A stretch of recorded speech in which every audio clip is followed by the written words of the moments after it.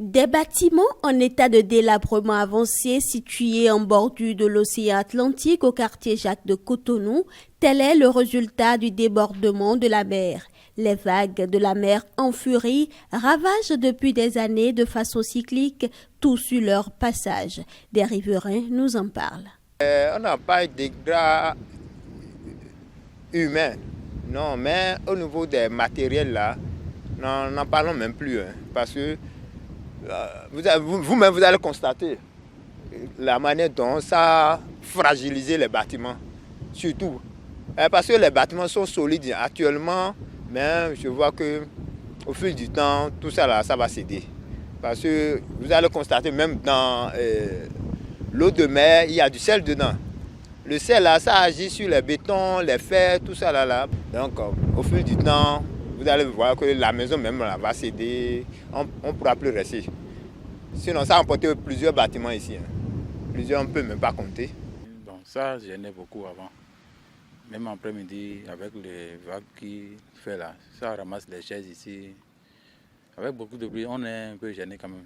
Bon, par exemple, l'année passée, en pleine midi comme ça, la mer s'est coupée en deux, quoi. Ça a fait une vague ici et une vague de l'autre côté. Et de ce côté-là, ne faisait pas du bruit. Donc, et ça a duré au moins 1 heure, 2 heures de temps avant de se calmer. Si la mer commence pas à se faire des bruits, ça vient ici. Ça vient ici quand même, mais c'est pas toujours ni tout le temps que ça fait chose.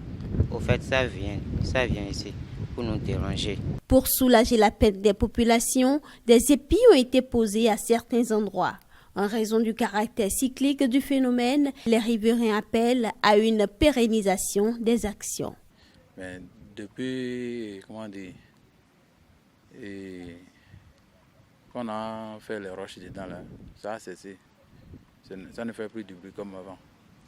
La mer, ça s'est retiré un peu, mais nous voulons qu'à chaque période, qu'ils puissent renforcer le système qu'ils ont mis en place au bord de la mer pour que, au fil du temps, nous ne puissions pas avoir ces genres de dégradation côtière. Ces milliers de tonnes de pierres de différentes tailles ne semblent pas défendre totalement la côte contre l'assaut des vagues de la mer.